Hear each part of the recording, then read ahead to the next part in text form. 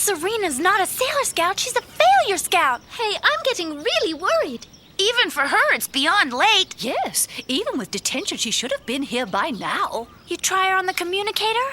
I did, and I got nothing but static. Is this the Sailor Scout meeting? Huh?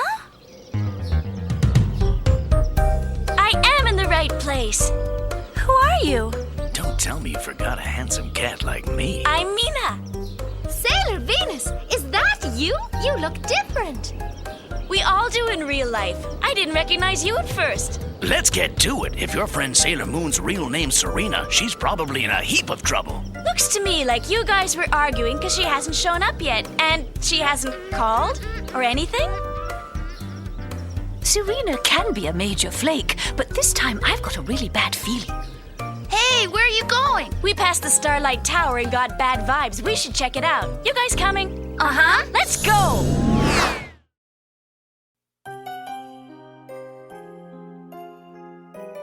Welcome back to MOONSTAR, a Sailor Moon podcast. I'm one of your hosts, Alex, and today we'll be covering episode 30 of the 90s English dub titled A Crystal Clear Destiny. That's episode 34 for those of you following the Japanese version. We know it's been a while since we've had a classic MOONSTAR episode, but I personally can't think of a better one to get back into things with. So let's not waste any more time and just dive straight into our coverage of one of, I think, the first season's most compelling episodes. MOONSTAR starts now.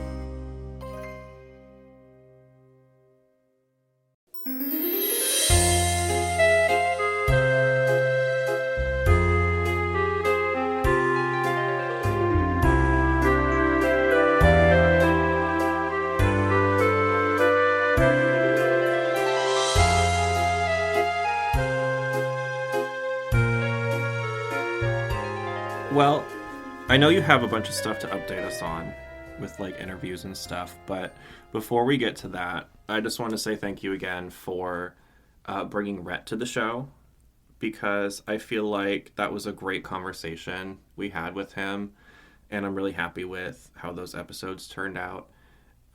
We got 2 out of the 1. It was a long conversation, and the fun thing was almost, I would say like 50% of it was just us being fans of Sailor Moon. So yeah, I thought it was still pretty both like LGBT oriented, but also about the show. And I feel like all kinds of fans could enjoy it.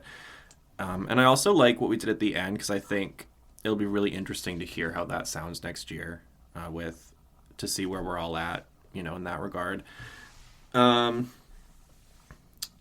So yeah, I just wanted to start by saying thank you for finding him. Yeah. How did you meet him again?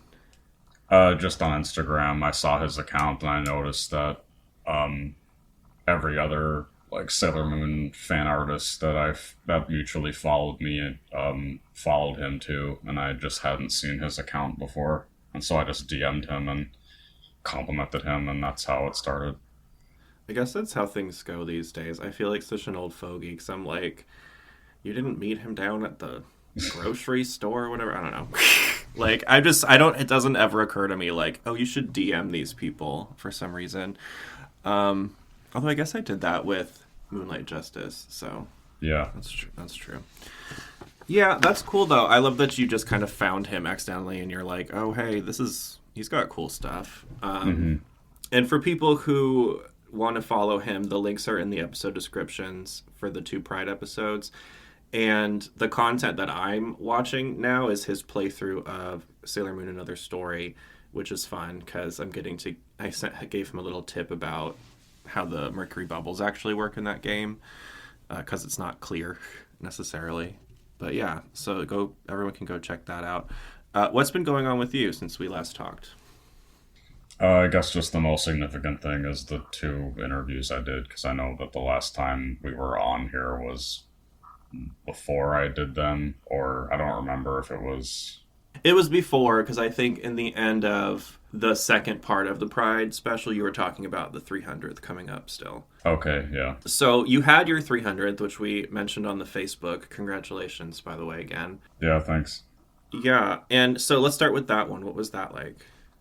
That was with Keith Silverstein, who he's been a big name in both, mostly anime, but anime and like general voiceover stuff since the early 2000s. He's Hisoka in Hunter x Hunter, Zhongli in Genshin Impact, Kimimaro in Naruto, the protagonist and several other characters in the Persona franchise, Stark in Bleach, a lot of other stuff, and then he plays Dr. Tomo in the Viz redub of Sailor Moon. He's one of my favorite villains, so I'm excited for getting to hear his like version of him when we get there. And also the other characters I probably would know were the Naruto character, and then the Bleach I didn't see all of, but I had a friend who loved it, so I saw part of it. Okay. So I probably would know him from there. What do you think his most popular characters are? Probably Hisoka in Hunter x Hunter, and Zhongli in Genshin Impact. At least it's his most popular character, like, since Genshin has been out. Right. And what was, if you could pick one thing from the interview, like a favorite moment, what comes to mind? I guess probably when we were just talking about his early anime roles for stuff that I grew up with, or like stuff that is still my favorite from back then, because since he doesn't really get to talk about that very much, or, you know, meet people that know what that is. That's something that I think Susan brought up as well. In these interviews, you go really deep into these people's career, and you bring up stuff a lot of the time that in interviews these days people probably don't ask about because it's all about the current project, or maybe they just don't know about it. Yeah. And I love that they enjoy that, you know, and it's sort of a fun moment for them. So I love that you got to do that again with him. Tell us about interviewing the voice of Fisheye. Yeah, that was really fun. That was the following day after I interviewed Keith. So it was on that Tuesday. That went a little bit longer, like I think 10 or 15 minutes longer than Keith's did.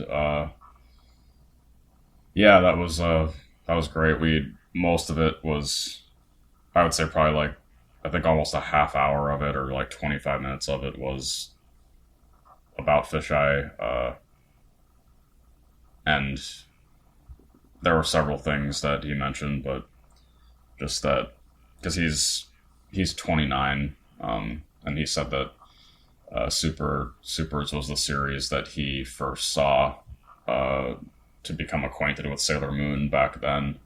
And just like a lot of other people I've talked to that are in the redub, he auditioned for several characters for that particular season, and then he almost got Helios, but then they said that they liked his Fisheye more, and he said that he, of course, based it off of the Japanese performance, like most dubs want people to do, but in a way he was also imbuing the original like female voiced Fisheye as well. So he brought, like, he wanted to bring both elements of that to the character this time. I think that was a really smart choice on his part, because as we talked about Fisheye recently, that is one of the more genderqueer or non-binary leaning characters naturally in the show, whether or not the voice was a female or a male doing it. It's just visually, and with the choices that are made by dress and the way that the character is portrayed, pretty much any gender could voice Fisheye, in my opinion, and it kind of would make sense. They just have to be specific with their choices. And I love that he kind of picked somewhere in the middle, because that's where that character seems to land for me. So I'm excited to hear his version of it. I've heard Sailor Stars from the Viz, and then some of this season 1. I haven't touched Super S at all. Okay. But yeah, I'm excited to get there. Is there anything else you want to add? You sent me that clip with him. Yeah. That was cute. He went very, I don't even know how to describe it, but it was is kind of what I was hoping for. Is that how it is in the show? Just like that? Yeah. Okay, cool. Then I'm excited for it. Do you want to add anything else about that? Oh yeah, besides Fisheye, he's a bigger modern name for anime. I guess his most famous character now, or his two most famous characters, are Iguro and Demon Slayer, which is one of the Hashira, one of the pillars, and then Gother and Seven Deadly Sins, which is one of the main characters of Seven Deadly Sins, and that's like his longest running character in anime so far. Nice. Fisheye is a totally different genre then. Well, yes, right? Well, yeah, he doesn't use... There's no other character that he plays where he's using, like, a female voice, so to speak, to play a character. Or leaning intentionally feminine or whatever. Yeah. Well, that would be probably, I would imagine, a more fun role then, because you get to do something a little different. I think that's fun. Everyone can go check those out on your YouTube channel. That is linked in the description. So if they want to do that, hop on over there. Is there anything else going on you want to tell us about? I guess just the most recent thing as of, like, I don't know, almost a week ago by now, is that the trailer for the next region of Genshin came out, and like introducing a bunch of new upcoming characters that will be playable, and I've already interviewed pretty much everybody from the upcoming region that people have been most excited about. So I've just been posting clips from from those interviews on TikTok now, and I'm sure I'll be doing more sequel interviews and regular interviews with that once the characters actually come out. So the first update for that region is mid-August, like August 16th or something like that. Oh, you have a little while before then. Well, that's exciting. That's on your TikTok? Is it just Chris Mayick there too? Yeah. So people can go and find you and check those out. We've got a lot of stuff coming up. Now, I remember a couple weeks ago, you were like, you had a week or two off, and now it's just back to rolling ahead, it feels like. Mm-hmm. And so that's good. We're lucky to have some downtime for a minute before it gets busy. All right. Not much going on here. I mean, I talked about the episodes from last week. I was excited about that.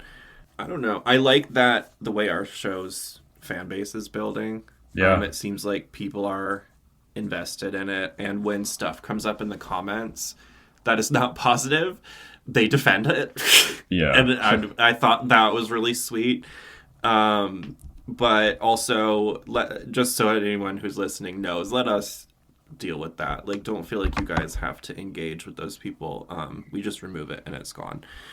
But yeah, no, I love that. And it's very like a Sailor Scout mentality of like tackling, hate head on like that. So I thought that was kind of cute. And we gotten some nice compliments too, recently from some other creators. Someone said the show is real and in the moment, which I thought was nice.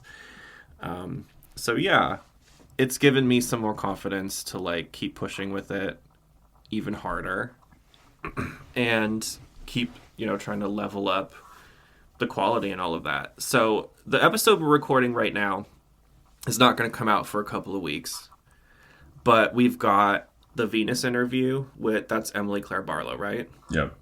Help me out. She comes in later, doesn't she? Yeah, so the first thing that she did was when Katie Griffin went to Los Angeles for live action acting stuff during most of season 2.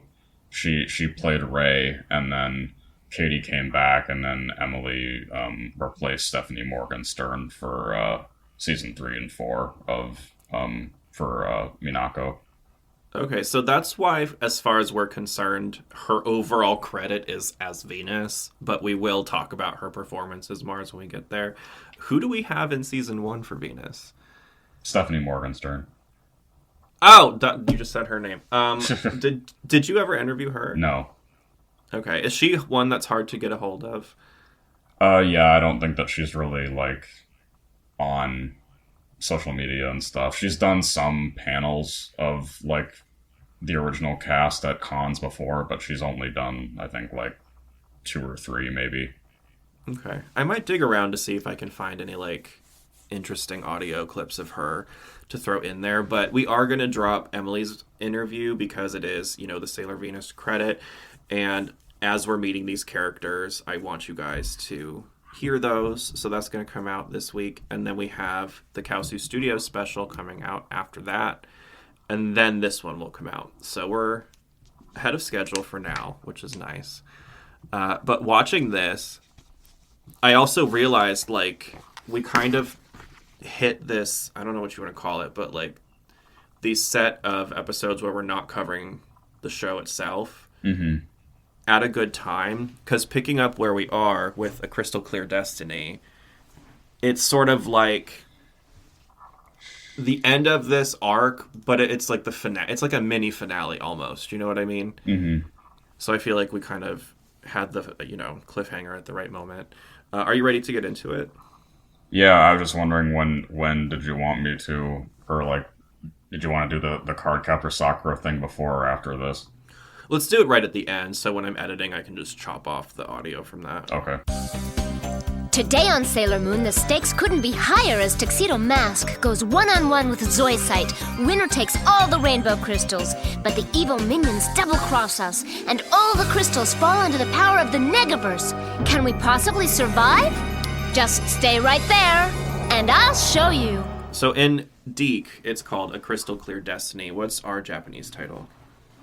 It's a similar vibe. It's the Shining Silver Crystal, the Moon Princess appears. Okay.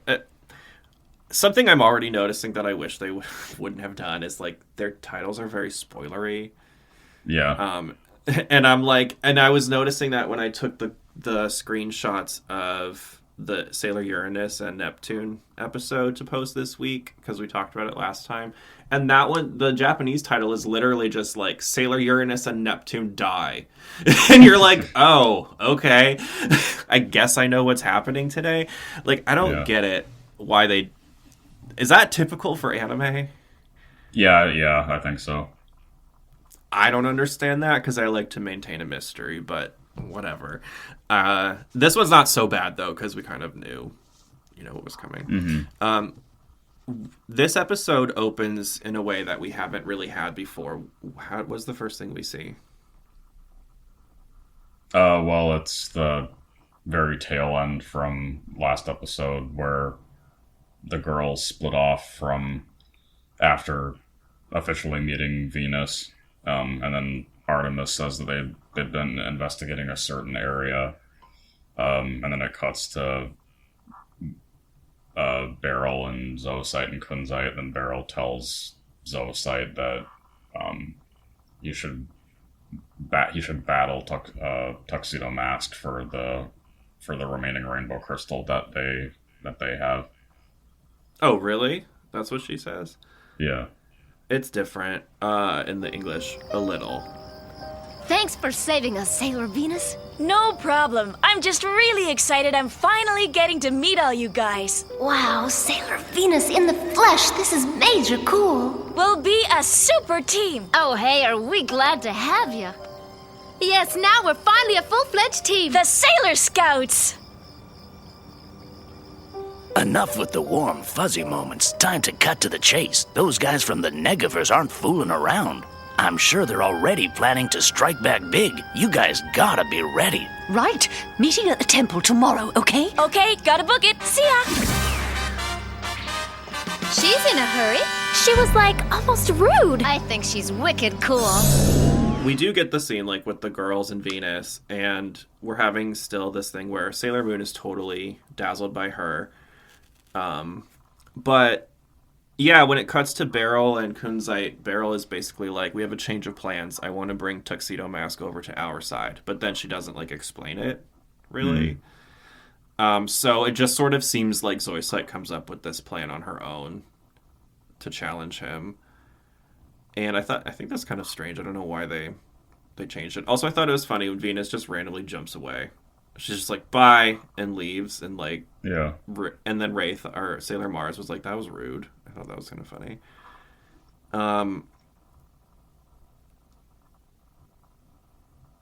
Where do we go after this intro to the episode? Who do we see? Oh, it's Mamoru.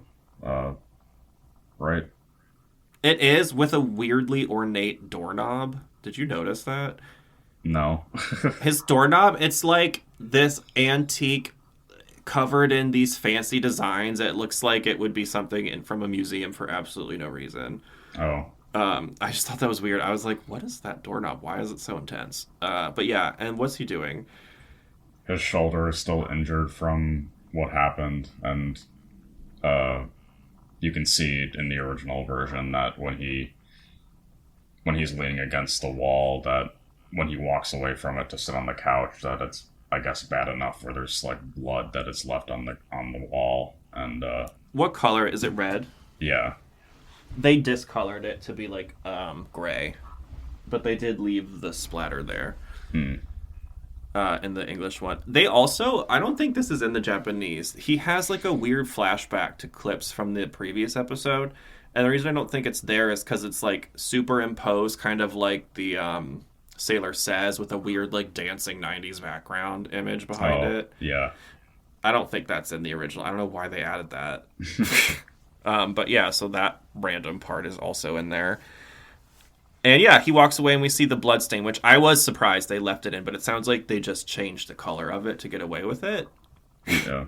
Which again, that's more evidence of it's like a lot of the stuff that they were doing was not by their choice. And when they could, they would sort of like sneak around the requirement, you know? Also, how could they not show that he was injured, you know? Yeah. Who shows up on his gigantic television? Zoisite. Yeah, and what is Zoisite's message? He suggests that they meet at like early evening at the top of this skyscraper in town, so they can battle for MOONSTAR, a Sailor Moon podcast will be right back. And then at the time that's happening, like the sun is And just now, coming up. more MOONSTAR, a Nice Sailor place, Moon Darian. podcast. How did you find me? I told you, Darian, the Negaverse sees everything. You didn't think you could hide forever, did ya? Tuxedo Mask. What do you want, Zoisite? We're both tired of chasing after the rainbow crystals, so I propose a duel, you and me, winner take all. I don't believe you. Oh, I'm serious. What's the matter, Darian? Scared to fight me without your sailor pals along? Is that it? I'm not afraid of you or anybody from your world. Good. Then meet me at the Starlight Tower at 5 o'clock this afternoon. Come alone and bring the crystals with you. Right, I'll be there. And Darian, maybe you should have a doctor look at that shoulder. You don't look so good. Must be painful. Starlight Tower at 5. Yeah. And I was going to ask you, would you agree to this? But he is kind of backed into a corner, isn't he? So I guess that makes sense as to why. And they call it, they're supposed to meet at, is it called Tokyo Tower? Yeah.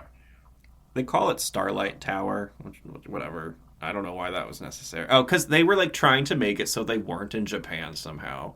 Yeah. I think. That was like the oddest story. I don't understand why they did that. But whatever. So, yeah, they're supposed to meet there at 5 p.m. Also, kind of a weird time for a duel. Like, everyone's around. You know what I mean? Yeah. Like, isn't this something you're trying to do? Kind of. Anyway. We cut over to Serena, and she's leaving school. And we have one of those, like, off-screen character building moments again, where she's addressing Miss Haruna, who we haven't seen in forever. And she's like, basically it's suggesting she's skipping out of detention to like run off and do something, which was supposed to be the scout meeting, but what happens instead? That's funny, because in Japanese, that's not what it is. That's not, like, mentioned at all, but, I kind of figured. Yeah, she's just saying to herself that Ray is going to chew her out for being late again, and then there's, like, a still frame image of, like, Ray towering over her and yelling at her for a second, and then she runs into Mamoru hunched over, and they might have kept that. I'm not remembering that image. Of Ray? Yeah. Oh, I don't know. Maybe it was cut out in the original. I don't know. They made a lot of weird choices in this episode. Go on. And then she hits him on the back and says, like, what are you looking so depressed about? And then he is, he's still obviously in pain by that, but then he just doesn't let on immediately. He just responds to her, like, almost like perky as ever. And then she notices that she has blood on her hand. Hey, there's Darian! Hey, there's a bee on your back! It's gone now. Thank you. I hate bees. Appreciate it, meatball head. Stop calling me that! I get enough from your friend Ray. I don't need it from you too. Okay, I won't say it anymore. Hey, I gotta get going. See you around, Serena. What? No way! Darian was actually nice to me. What's this? Hey, this looks like blood. He's hurt. Must be bad. He's not himself. I better follow him and see if he's all right. Yeah, and because she hits him right where the wound is. Yeah. Of course she does. And then I noticed they kept the blood red in Deke. They had to, probably, just because of the story. And I just love the way Terry delivers this line. She's like, must be bad. And she does this weird kind of accent. I don't even know what it is. But it's like the slightest touch of a southern twang or something. And I just really enjoy it. She makes a lot of great moments like that in this episode. MOONSTAR, a Sailor Moon podcast will be right back. And now, more MOONSTAR, a Sailor Moon podcast. After that whole scene where she realizes he's hurt, Serena follows Darian and confronts him about it. And then what happens? Once they're away from everybody else, this red energy surrounds them, and then it encapsulates them into this little sphere, and then they are, like, floated up to the tower in the distance. Yeah, before that happens, though, we see the girls at the shrine. Yeah. Right? And Mina shows up. That was the meeting she was supposed to be at, and when she's not showing up, they decide to go and look for her. And then, yeah, we have that. I thought the red thing was really cool, and it kind of seemed like Kunzite was, like, also filling the area with this, like, weird dark energy or something. I don't know. But that makes me ask, I don't think this is one of the top ones, but who's the animator this week? No, it is. It's Kazuko Tadano, who was the lead. Really? Yeah. There were so many moments where I thought stuff was, like, just a little bit off that I could have sworn it wasn't one of the best ones. That's interesting. We'll have to keep going and see. I think I know why. I don't know if you'll know, but it happens later. So after this moment where they're getting confronted here. Oh, this is I'm missing this in my notes because I'm not remembering how it happens, but we have this moment where we see the rainbow crystals, like, all scattered on the floor, and there's this, like, standoff between Tuxedo Mask and Zoisite. I liked how the rainbow crystals looked when they were animated basically throughout the entire episode. And how does this moment between Zoisite and Darian end up playing out? It's pretty predictable what happens after Zoisite and Mamoru set the crystals down. Zoisite starts laughing and says how stupid he is, and then Kunzite shows up just to grab them and then disappears. Yeah. And it's one of those things where it's like, we probably should have seen that coming. Yeah. You know? But also, I guess, what else was he going to do? So, Kunzite shows up alongside Zoisite, and after she takes all the crystals, Darien throws a rose, which cuts Zoisite's face, obviously making, Zoisite mad because of the whole vanity thing that's supposed to be part of their character.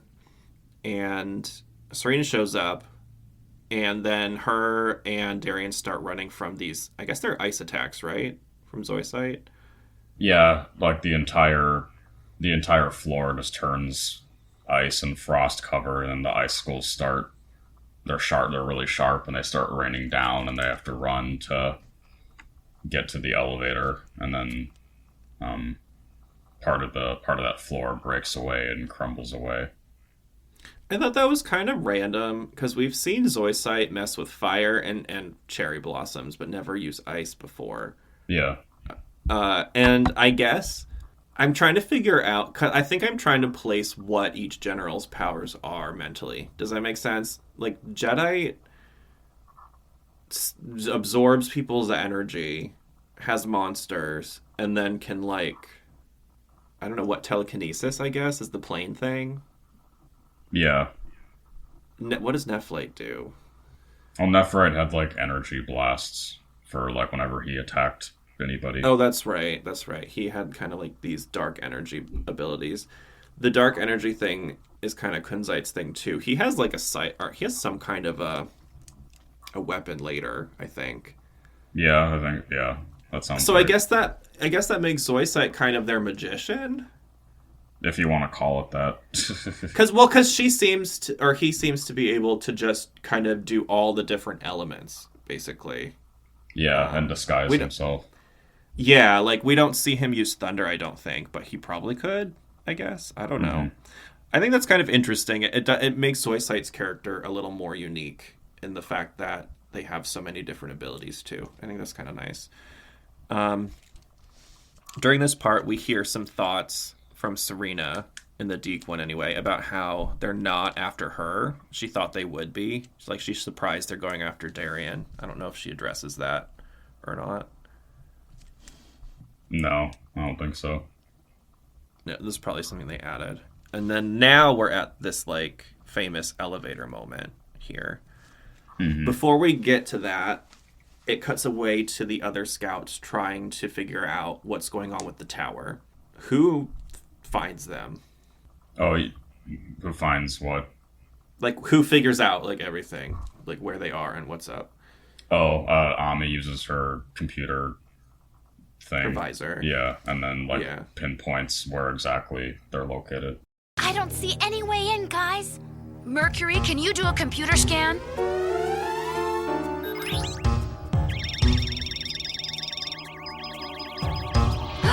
Serena's trapped in an elevator with Darien. Can we get him out? I don't think so. Everything is sealed. We've got to get into that building. That's right. Yeah, she's able to scan and kind of, like, it's almost like a computerized X-ray view of the tower, and then zooms in on them and finds them in the elevator. And she also in the English says that it's locked, like, sealed, so they know it's locked from her computer. How do they get inside? Jupiter uses her Supreme Thunder. The closest entrance in front of them. I call upon the great power of Jupiter. Help me bust into that building!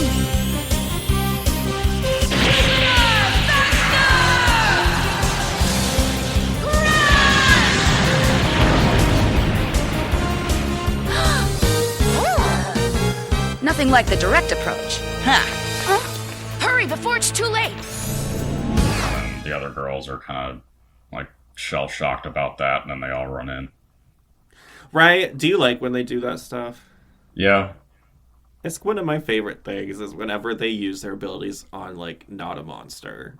For something, like, because I think Sailor Moon, earlier we see her use her tiara to get in to the clock store or whatever it was. Yeah. And then we have this moment. I love that. It's one of my favorite things. And so after they get in, we come back and we have this shot with Kunzite and Zoisite for a moment where they're standing together. What do they talk about here?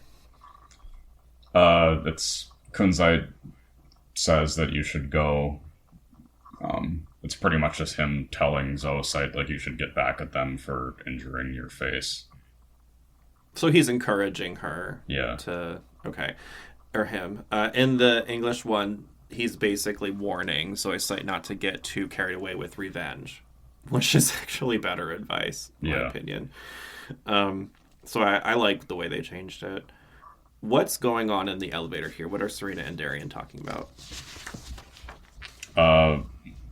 He tells her about his past. This elevator ride is taking so long! It's like slow torture.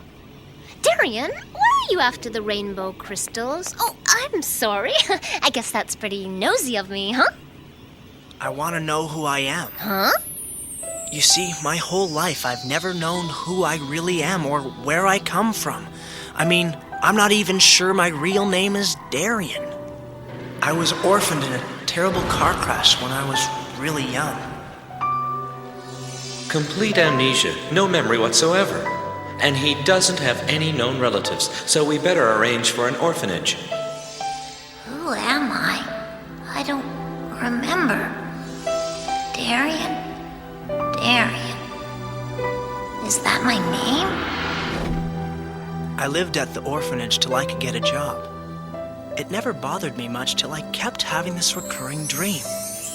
There's this princess waiting for me. She keeps begging me to bring her this Imperium silver crystal. I think she can tell me who I am. And I thought something that was interesting, they make the princess in his dream look enough like Serena that we're kind of like, obviously it's her, but they also change the hair color a little bit. And so there is that thing where you're like, I guess it could be someone else, like the way that her mom, like Queen Serenity is basically her, but like with silver hair. You know what I mean? Yeah. So in my mind, I guess that could leave a little room for him to be like, I don't get it. But also, maybe we're supposed to know that her hairstyle isn't that uncommon. Maybe that's a thing. I don't know. After this conversation that reveals a lot of really important stuff to the audience, we see Kunzite looking out over Tokyo, which I thought was animated pretty cool. And then he does something here that I don't understand why he does this. But he blacks out the whole city. Like, I guess he was shutting down the power grids or whatever. Mm-hmm. Do they explain that? No. All right, he's just like, here's some more bad stuff to do. And then this is where it seems like he floods the space with dark energy, because they start animating these, like, weird symbols and stuff over everything. And what happens when the elevator stops? He produces a fire attack that floods the whole area in the elevator shaft, and it's supposed to go down and, burn Usagi and Mamoru to death. Yeah, Zoisite does, who's standing at the top there. And how do they escape? Right as it's about to come down, Usagi has a realization that if she doesn't transform into Sailor Moon right there, then she'll die, even though Mamoru will know explicitly that she is Sailor Moon, so then she decides to do that. We're stopping! Now what, Darian? Who cares what Barrow wants? I'm in charge of Tuxedo Max's destiny now. Too bad he's gonna have a little accident. Darian! Look! Fire! Ow! Sailor Moon could get us out of this, but then Darian will find out who I really am. There's only one choice. No fun getting toasted. Oh! You're going down, Zoisite! Huh? Moon! Prism! Power!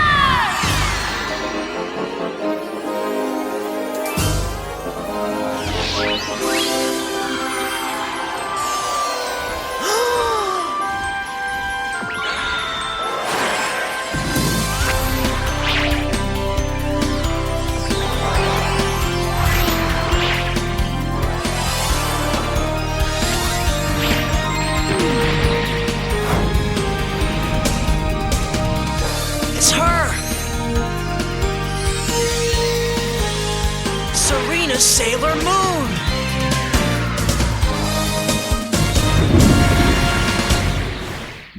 That's one of the most well-known, I think, scenes in the original series overall, animation-wise, where it's all those still frame watercolor shots of Usagi looking all dramatic when she's about to transform. Oh, yeah. Yeah, I guess those are watercolory? I guess they are. I wasn't thinking about that for some reason. I was focused on, like, the cutaways and then the logic behind how her transforming somehow reflects the fire. Right. You know what I mean?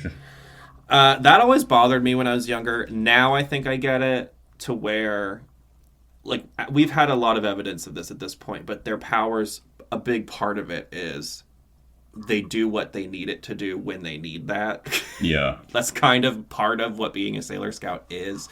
So I guess it makes enough sense that if she transformed, that kind of surge of whatever energy it is that transforms her could serve as some kind of a shield or a pushback against the attack. Like, fine, I'll accept it. It's just, I wish they were more clear about how that saved them. You know what I mean? Because it was odd to me. What do you think? How does it work? I don't know. I guess the only logical thing is that when they are transforming, maybe if it is in an enclosed space, that just them transforming it by itself creates enough of a energy displacement thing that it can deflect something like that. I don't know. It would make sense. It also makes sense to me that when they're transformed, they have some kind of heightened ability to withstand damage, I guess, or attacks. So it could be sort of that too. That type of thing. But anyway, it's definitely one of the most important moments we've had so far in the series. It's one of the most important moments of season 1, I think, when she reveals herself to him. And when we finally see them standing at the top of the thing after, I just noted, I really liked how they animated the wind effect on her outfit. I thought that was really cool. I don't know if you noticed that. Yeah. But I imagine doing that is really difficult. And it's probably like a lot of repeating the same frame almost exactly, but just moving the dress when you're drawing it, you know? And I imagine that takes a lot of time. So thank you to them for spending the time on it. But we also get another unique transformation here. What happens? All the fire shoots back up, and Zoisite starts walking away, assuming that they're dead. And then he says to himself, in the Japanese at least, that he'll have to call Beryl and say that Mamoru died in an accident. And then once he says that, then Usagi says, who died in an accident? Like, what are you talking about? And then, turns around and sees that, like, they're both still alive. Oh, really? In the English, it's more like, I don't think Zoisite says the thing about he died, but it kind of cuts to Darien basically saying something about him being like Tuxedo Mask is here or something like that, and then he pulls out a rose, and that's what happens next. Yeah. Oh, okay. I love that part because of Terry Hawk's delivery here. Hold it! Who's that? Takes more than a measly fireball to get rid of Sailor Moon, you slime meister. You should know that after all this time. I am Sailor Moon, enemy of the Negaverse, and that means you. How ironic. It isn't you that I want, but your pal, Tuxedo Mask. Oh, Tuxedo Mask? Give me a break. He's not even here, Zoisite. Yes, I am. No way. I am Tuxedo Mask. You are? He is Tuxedo Mask. I don't believe it. Because she's like, it's all serious and everything, and it's like, oh my gosh, is it Tuxedo Mask? And then he pulls out the rose, and she's like... He is Tuxedo Mask. I don't believe it. Like, it's this weird robot-y delivery that's just so funny to me. And it's just more evidence of her good comedic timing. That's the first time that you see his... I don't think it happens very much at all in the series. Like, you see Mamoru's quote-unquote henshin transformation sequence. I think the only other time we see that full one if you want to call it that, is in the S movie. Yeah. Or in one of them. I think it's the S movie.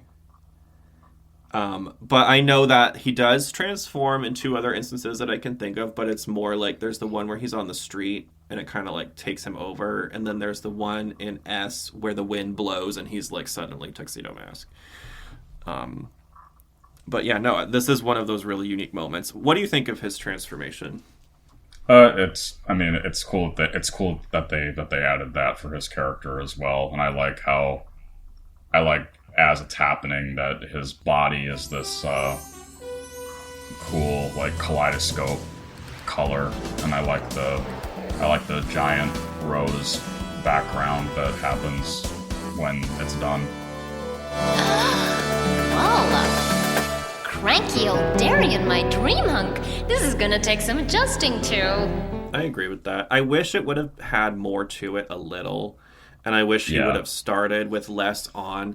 Not even in a way where it's like, oh, I want to see that silhouette. It's more like almost like an equality thing where it's like the girls are all that way. Yeah. Why is he starting like basically dressed already, you know? And like he doesn't get to have any. But it was probably one of those things where they were trying to somehow still keep it a little masculine, even though it's very flowery. The one thing about it that is kind of funny to me is the way the top hat moves. But yeah. I don't know how else they could have done that without it being kind of goofy either. So, whatever. I don't know if you've ever seen the video. You probably haven't, but it always makes me think of there's a video on YouTube that someone took of his Japanese voice actor Toru Furuya at a convention in the US, and somebody's asking him if he can say tuxedo power makeup, and he says it as Mamoru. Oh, no, I haven't seen it, but that's cute. Yeah. I like that. I wish we would get more of him, but I think there is like an intention behind him not being a big feature, sort of, in a way. I noticed after he transformed, for some reason his facial expressions like did not match the tone of the moment at all. He just kind of has this blank smile on his face. And up until that point, they were animating his expressions like very well. So I thought that was a little weird. But then right after this, what happens with Zoisite? He says that, let's officially fight now. And then as Mamoru is walking closer to Zoisite, he has one hand behind his back and he's using it to control a shard that comes out from the ground in order to stab Usagi in the back. And then right as it's about to happen, Tuxedo Mask takes the blow instead, and it's pretty much identical to how it looks in the R movie. But I think when it happens in the R movie, it's a little bit more like gory, like off camera in a way. Well, in this one, I know what you're talking about because I've seen the original version. They made a lot of cuts in this spot because they had to. I would think, yeah. First, they sort of cut around the fact that it was originally aiming at Serena et al. You see that it is, but it immediately goes from that. You see it, they show it pierce him, which I thought was odd. And then you get a couple of flashes of the red moments, and then it cuts to Serena being upset about what happened. But you don't see him, take it for her. You know what I'm saying? We don't see that was... what was happening here. I don't know why they would remove that. Maybe it's there was probably something complicated about the fact that a person was putting themselves in physical harm's way to protect another person that hit some kind of legality in that they had to work around. That's the only thing I can really think of, because it was still violent. We still know what happened. Yeah, sort of. And we see that he's, basically got stabbed all the way through. And I know it's not the same, but this is where we get the song My Only Love by Jennifer Seehee in the Deke version, which is extremely 90s, but also, fits this moment extremely well. And I love this moment 100% without irony. Well, come on then. Let's get it over with. You're on. Watch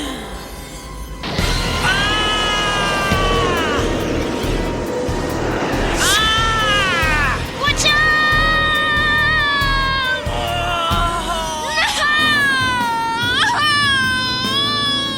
No! Tuxedo Mask! It's up to you now to get the crystals. And I want you to know that I've always been on your side and always will be. Tuxedo Mask, no, please don't go. Love so strong, it takes control. That's Tuxedo Mask. Yeah, But I think we're too late. dear Darian, you can't go, you can't. Secrets bare, the feeling shows. Driven far apart, I'll make a wish on a shooting star. There will come a day, somewhere far away. In your arms I'll stay, my only love. The crystals, they're becoming one. The Imperium Silver Crystal. Love will still live on. The feeling is so strong, my only love. What happens now? Don't know. Maybe the princess will be revealed.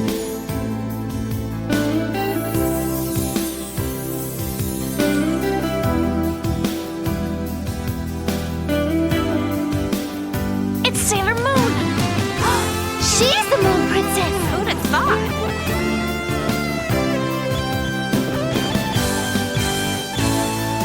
There will come a day, somewhere far away.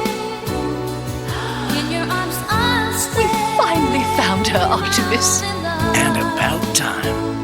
You bring the deepest part of the secret in my heart. I've known it from the start, my only love. My Me, Serena, a princess? Now this is way past weird.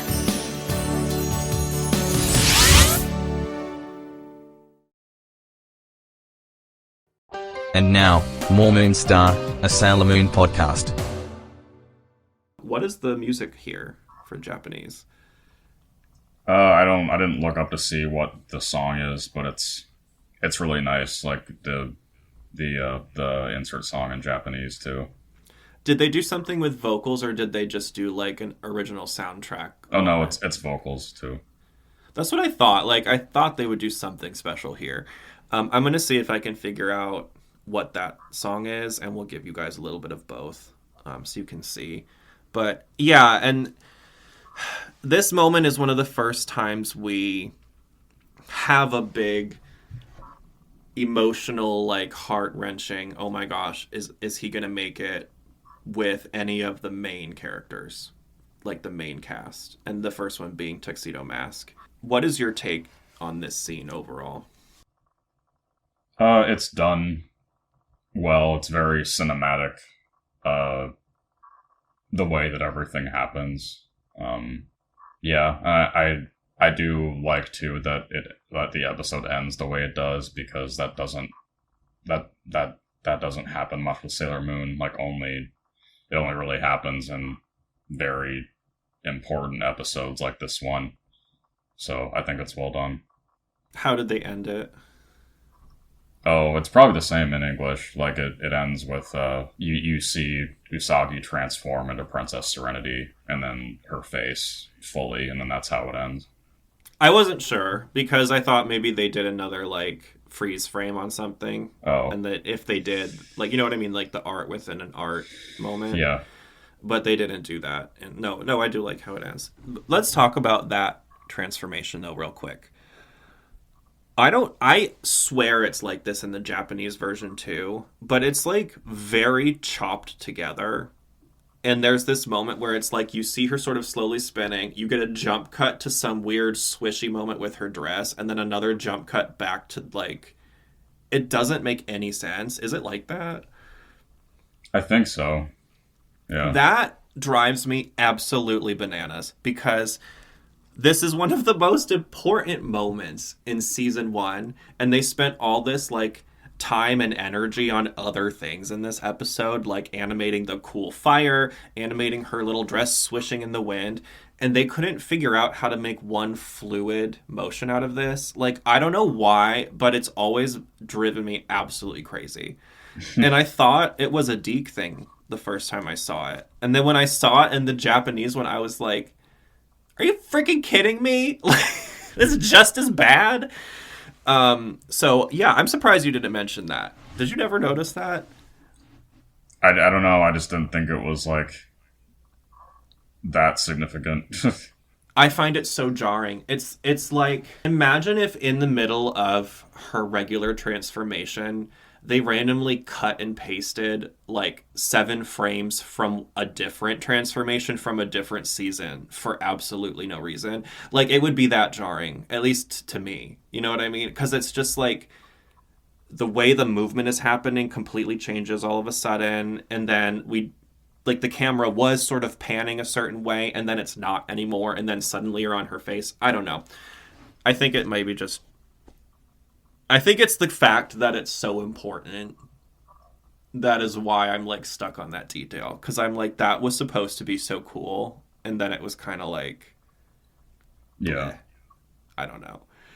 But you are right, though. When they zoom in on her face and, like, the way they have it animated with the hair, like, her bangs kind of, like, flop, you know, in the wind. I really like that part. So I do think they end it in the right way there. But... Mm-hmm. Yeah, I'm so mad at that. Like, that literally cost the episode a full star for me. I'm not gonna lie. Because I cannot logic it. I cannot figure out why they let that happen. Because everything else is so well done. I'm like, who allowed that? Anyway. So yeah, we're at the point where we need to rate the episode. I'll go first today. I'm gonna say it's 4 stars for me, but you tell us your rating and then I'll say why after you. Oh, no, I was gonna say the same. 4. Yeah. 4 stars. Why do you give it 4? It's done well enough. It's very movie-like at times, and Kazuko Tadano did a mostly pretty good job with doing character designs for this episode. There's some really great shots in it. I think it's something it's another one of the really important episodes that's, you know, it holds up, you know, 31 years later. Yeah, I agree with a lot of that. I think overall the pacing is extremely well done. We've had some episodes where I don't feel like that, but this, like you said, this does kind of feel like a movie. It's a little more thought out, I think, in the way they storyboarded it in general. I liked a lot of the animation moments, even though there were some that were a little funny to me. And yeah, that part at the end really gets me. And I think I'll never get over the fact that it was like... I get stuck on logic things, and I can usually logic why they make certain choices in this show. And I think it's because I can't figure this one out. There's nothing that comes to me as to why that was okay with them. So, like, if anyone has any thoughts on that, please share them below. If anyone else ever noticed that, please let me know, because I feel a little weird that you didn't notice it. But... otherwise it's a fantastic episode, and we continue the story, I think, next week, don't we? Yeah, well, I think next week is kind of like a partial flashback episode. Because we still have to have the thing happen where the crystals all come together, or did that happen right at the end? No, that already happened. That's right. No, that's how she transforms, duh. Yeah, so what is happening next week? I guess we'll find out. Okay, well, that was fun. 4 stars, pretty good. What do you guys give it? Let us know in the comments somewhere and tell us why. And let's get into this Sailor Says. Darien got injured by that scheming lowlife Zoisite, but we all get hurt every day in a lot less unusual ways. Like running too fast. Right. Never run on a slick wet surface or with sharp objects in your hands. And pay attention to what you're doing and where you're going. Don't be an accident waiting to happen. Yeah, take your time and think about what you're doing while you're doing it. Sailor Moon says... This one's pretty straightforward. It's basically like talking about how Tuxedo Mask got hurt, and the way he got hurt was kind of wild, but you can get hurt in all kinds of ways, and then it's like basically telling kids, look both ways before you cross the street, pay attention to your surroundings, so you like don't accidentally hurt yourself. Yeah, I like that one. What do you think? Yeah, that's pretty straightforward. It is. I think that kind of a reminder for a kids show is great. We can kind of bring that into something that happens today, which is paying attention to your surroundings when you're out in public in general.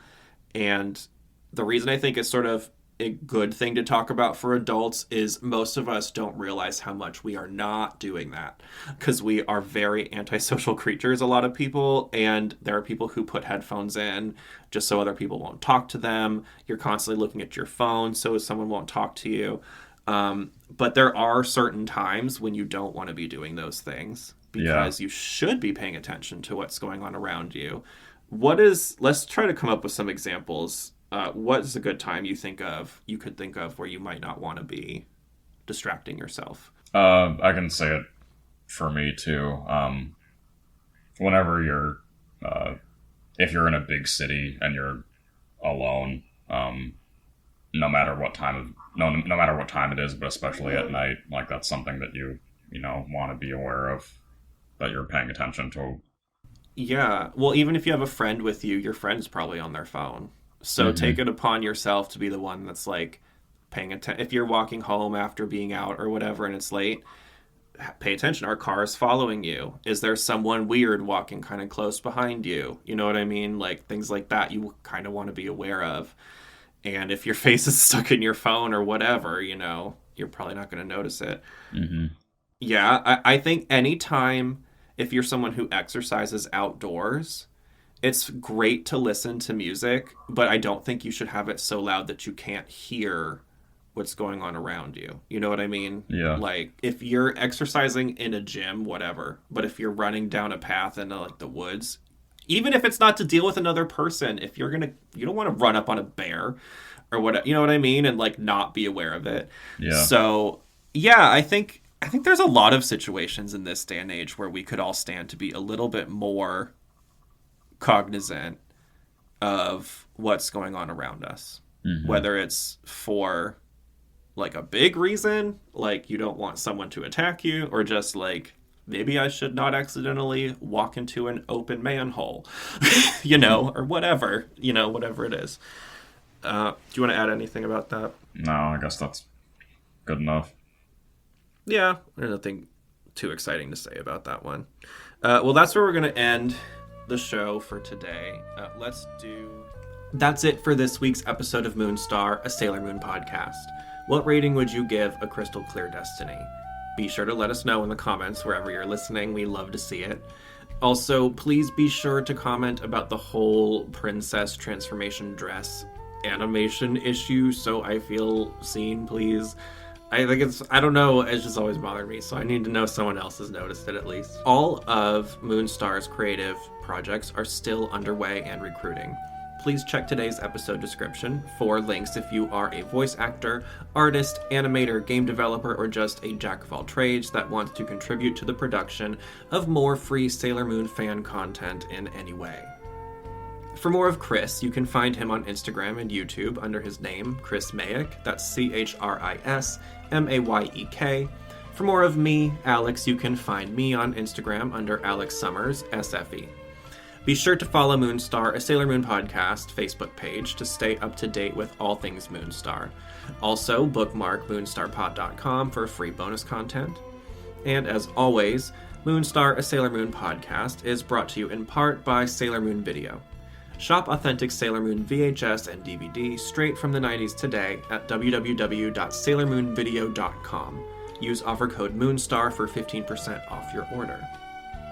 MOONSTAR, a Sailor Moon podcast is not endorsed by Naoko Takeuchi, Toei Animation, or any of their subsidiaries. It is intended for informational, educational, and entertainment purposes only. Sailor Moon and all images, audios, names, and video clips are registered trademarks and/or copyrights and belong expressly to the trademark and/or copyright holders. Fighting evil by the moonlight, winning love by day.